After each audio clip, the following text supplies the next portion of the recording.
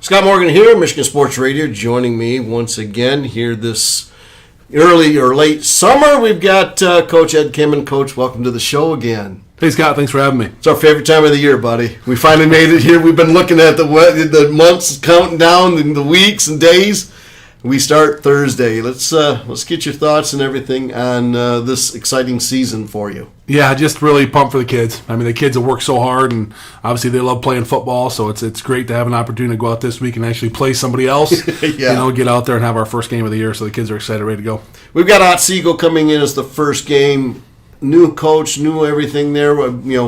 Is it more about these first couple games? Is it more about learning what the other team does, or is it more on doing better as Coopersville?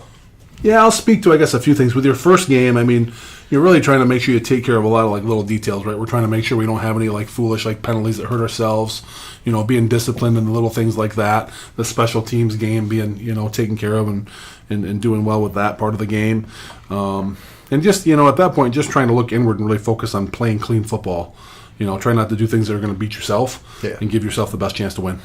Okay. And have you had a chance to look at Otsego at all yourself? Yeah, so speaking about them, I mean, really, it's changed, but it's still some similarities there. So their head coach is gone, but both coordinators are still intact. Oh, okay. So the person who was calling the offense for them last year is now the head coach. Okay. And then the defensive coordinator is still there. So they still have some continuity within the program, and they're doing some similar things. When we went down and watched their scrimmage last week, it's all pretty similar. So I think they're going to continue to make some growth and take some steps from where they were last year. So they definitely improved. But yeah, they've got some kids that are talented. They got a couple big kids up front. They'll present some challenges, but we just have to play our best. Let's talk a little bit about the Broncos and everything. You graduated 20 seniors last year. How's it filling in for the returning guys? Yeah, it's always interesting. Every year trying to make your team, right? Trying to come up with your group of guys and what you got there. And last year was really senior heavy, right? There's 20 some seniors and you got only just a few juniors. And now this year it flips the other way. So now you've got 9 seniors and a bunch of juniors and younger kids. So it's always to me about how that group comes together and how you gel and how you become a team. And I'm really proud of our seniors for their leadership, and I'm really proud of our younger guys for really committing to the process and being part of our program in terms of connecting with that senior class. So I really feel like we have a good chemistry there with that group. Is that something you start, December, January, with these groups and getting them to know, to try to get them to gel a little bit better? Yeah, we've been very intentional, I guess, in terms of how we go about building our team. Some of that stuff, it can't be forced. The kids have to enjoy being around each other and get to know other people and their classmates and people below their class and things. But the biggest thing for us that's really been helpful there is all of our team activities that we do. Okay. So one time per month in the off season, we try to get together and do something. Oh. So in December, we went to Craig's Cruisers and went to go do go-karts and stuff like that. And then January, I believe we went and did bowling. Okay. And we had the kids create teams, mix up the different grade levels and kids, and then they had to kind of compete against each other and have some fun that way. And then another time we went out and we did a dodgeball up at the high school, a tournament thing. So just a lot of things to try to bring the team together. Mm-hmm. And then obviously we fundraise and do a lot of stuff with that. So a lot of that money helps pay for some of those things and feed those kids. Right. And anytime you get a bunch of food, you get a bunch of food there, they're going to show up. They're going to show up. Yeah. So, yep. Let's talk a little bit about a couple of the returning starters this year. What makes you excited about this group and what you're seeing as they get together?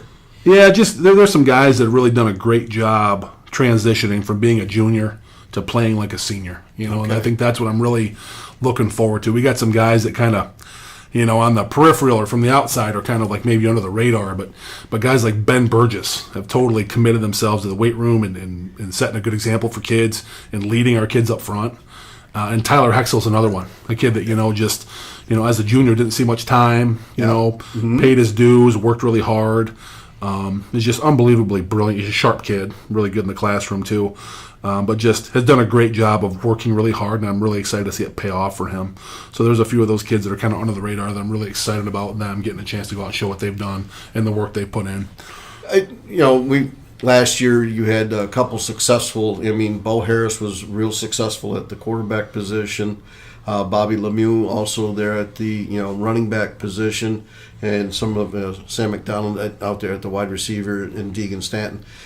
Those guys come back. How do you challenge them in that aspect to be better this year? Yeah, I think all those guys played different roles like a year ago. You know what I mean? There was in that senior class, we had so many strong, like core identity people of our program. Those kids kind of were more playing like roles that were kind of like, what do I need to do to help the team, right? And now they're like the guy, right? So they've got to be, it's a little bit of a different role for them. So it is challenging, right, in some ways. But I think that the amount of work the amount of work that they put in and the amount of time they invest in football just sets them up for success. I mean, they've just done so much. It's just going to pay off. I mean, they've been out there making a bunch of plays for us all summer.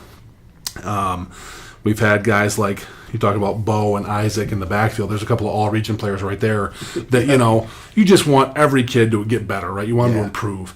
And I think when you look at Isaac and at Bo, those are kids that are taking another step.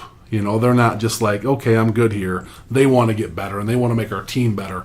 And I think other guys see that, and they feed off that. So it's great.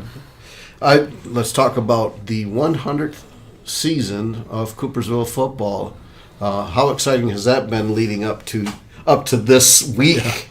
Yeah. And all the specialties and everything that's happening. Yeah, I think, when I came here back in 2017, I always talked about how from afar, like football was a big deal here. You can tell that. Yep. And it was one of the things that really made me like interested in this job. It's a football town. People love football, and our kids love football. Yep. And you come to a game on a Friday night, and there's nothing like it. No. I mean, there's people everywhere, and I think other towns have similar things. But I just, and I'm coaching the game, and I'm focused on that. But from time to time, you turn around, and you're like, holy cow! Look at this place. So as far as the community support and the alumni and all the former players that are going to be there, it's going to be a really special night. So we're excited about it. And we've had some upgrades out there in the stadium, the new scoreboard and everything. Compliments of the community.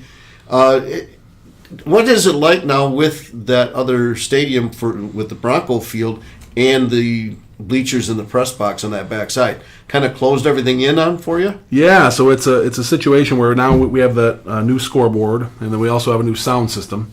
So people are going to be blown away by how loud that is out there. It really is going to be something. So it's going to be really cool.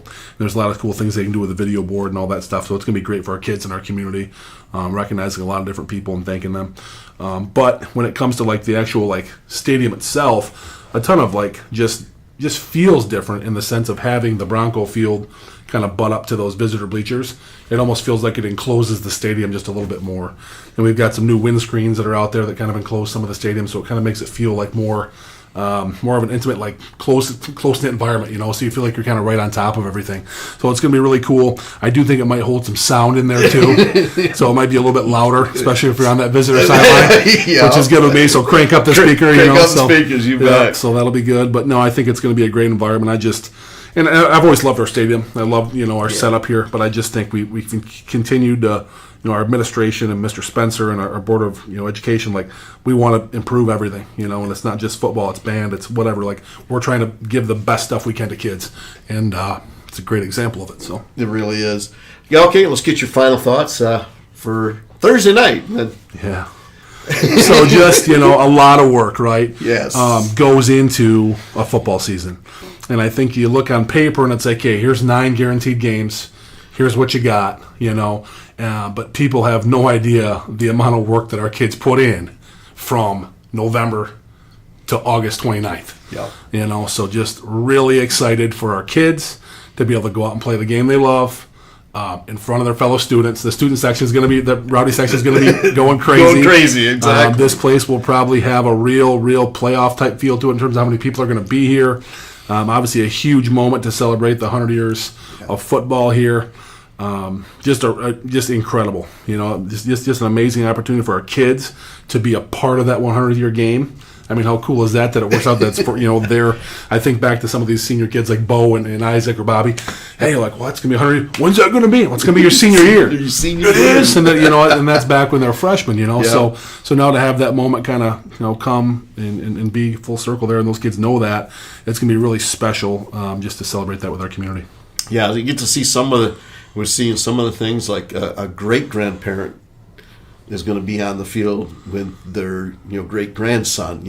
That's just unreal. We talked about Bo Harris and Scott Harris. Yeah. Scott played here, so Yep. Bo will be there. So you got that connection, and it's that way throughout everything you see here in the community. So it's going to be a wonderful time, and like I said, it's we're looking forward to it. Looking forward to seeing this first game, calling it, and starting off the year right. See if we can't get a Broncos victory. Sounds good to me. Thanks, Scott. All right, thanks, Coach. Appreciate it. You bet.